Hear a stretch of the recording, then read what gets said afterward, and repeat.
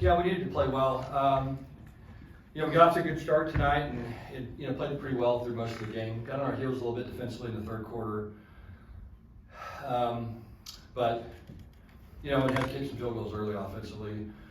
But I thought it was a good, solid football game. To me, the biggest thing for our football team is gone 2 weeks in a row without turning the ball over. And so that's been such a point of an emphasis for us that's just been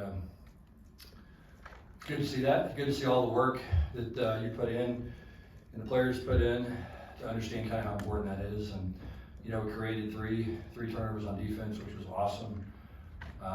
With the turnover battle 3-0, and so that's a big part of the reason we won the football game. So it was good to play well at home. Seemed like our guys were dialed in. Had a really nice week of practice.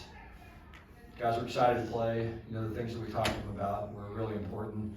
Felt like it was really important for us to get off to a fast start tonight, and we did. And so, we played pretty clean football, so I was glad to see it. You've talked about UCF being a complete game in the first half this year. Was that more of a complete game in the first half, you think, tonight? It was, I thought we played pretty well. Yeah, both of them we played good, for the most part, the first half. Wish we would have finished better, obviously, against Central Florida, but, we did tonight, and that's a good football team. We have good players. It's a lot of the same guys who played in the Big 12 championship last year, and I know things haven't gone their way, but they're a talented team and a scary team, honestly.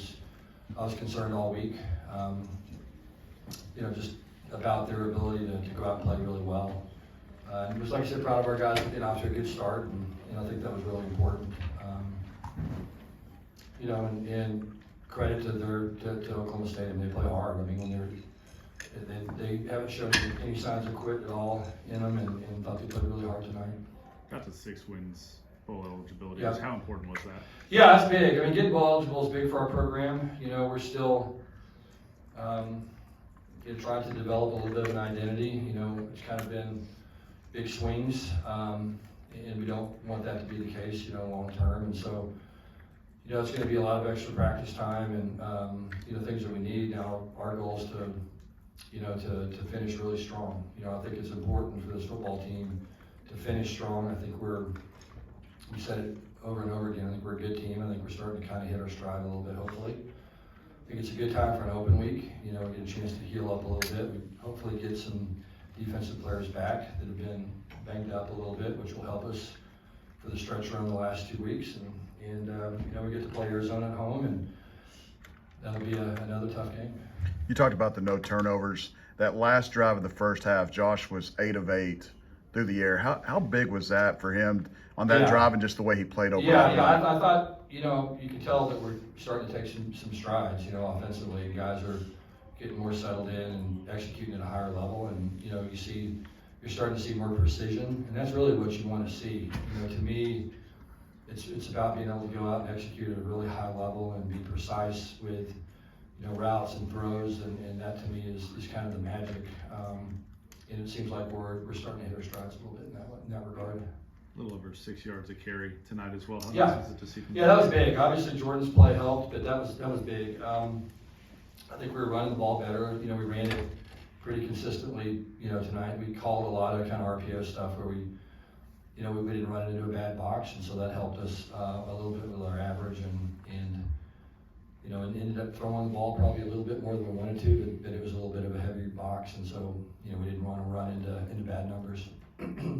Pretty impressive with the takeaways tonight, especially getting Ollie Gordon to fumble the football. How big was that for y'all defensively? Yeah, I thought early, especially big. Because we had missed a field goal, and then we kind of got down the red zone twice, and had to kick a field goal and then missed a field goal, and kind of let them hang around for a little bit. And I thought, to me, that getting that turnover, when Ollie fumbled was huge. And we did a good job stripping the ball and recovering it, and that to me allowed us to separate a little bit and take control of the game to an extent, which I thought was really important. It's a big momentum play in the game. You guys were down 3 players in the front seven. How impressed were you with that unit to be able to keep Oklahoma State? Yeah, I thought they played hard. I thought we did. I thought we, played hard. Oklahoma State, to their credit, kept running the ball, and it paid some dividends, especially like I said in the third quarter and early in the fourth. But we were a little depleted, but I thought our guys played hard. I thought we tackled well. I think that was the big thing. We didn't give up any big runs. I think number 80's a really, really good receiver. I mean, Presley's like that guy's one of the best receivers in the Big 12, and I thought he really played well tonight. I thought Bowman threw the ball well. But we got off the field with the turnovers, and then we got off the field some on third down as well, and we were fortunate enough to be able to score points and at least drive the football, when we needed to. And I think we only punted once, and that was late in the game. And so, I was pretty proud of the consistency that we played with on both sides of the ball tonight. Thought we played well on special teams. Thought we covered kicks well. Had a good little, I think, 31-yard kickoff return. So I thought we did some good things on teams. Coach, there's a lot of good playmakers in the Big 12. Everyone talks about Travis Hunter being the most versatile, but what do you think about Savion's and just the way he's been able to be versatile for you guys? Yeah, I mean, I think, look, the sign of great football players is that they do what they have to do to help their team win. And Savion does that. I mean, we've asked him to do stuff that he hasn't really done since high school, and he's never hesitated for 1 minute doing things that we've asked him to do. And I mean, it takes a toll on him physically. He shows up on Sunday and can barely get out of bed Sunday, and then by about Wednesday he can practice a little bit. And and he's done that and has never wavered. And that's what great players do, is they do whatever they have to do to help their team win. And he's been an incredibly unselfish player, and been, I think that's permeated our program. And that's the kind of stuff that has a lasting legacy even when he's gone. Just that becomes the expectations, where guys, put their teammates first and play for TCU, and that's what you want. So I think it's been incredibly valuable just from a big picture standpoint. He's also a really good player, obviously, but just the other stuff, has a lasting impact. Coach, how much do you think the ability to run a more balanced offense helps with the less turnover? It does, yeah. When you've got some balance and you can stay ahead of the chains a little bit, that keeps people from heating you up and pressuring your quarterback. And when that happens, then then you can stay ahead of the chains. To me, that's the big thing. We didn't have a bunch of third and longs, and fortunately, when we did, we were able to get the ball out.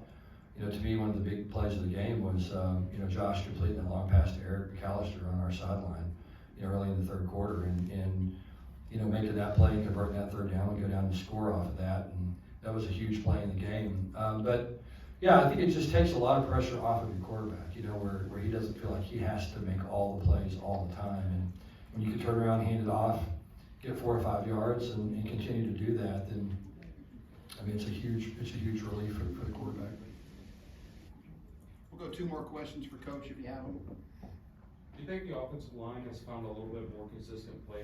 Yeah, I think so. It was good to see some guys out there. Ryan Hughes played left tackle for us as a true freshman, a series tonight. It was good to see Ryan out there, and he's going to be a really good player, and we're excited about him. And, when he went in the game and didn't even notice he was in there.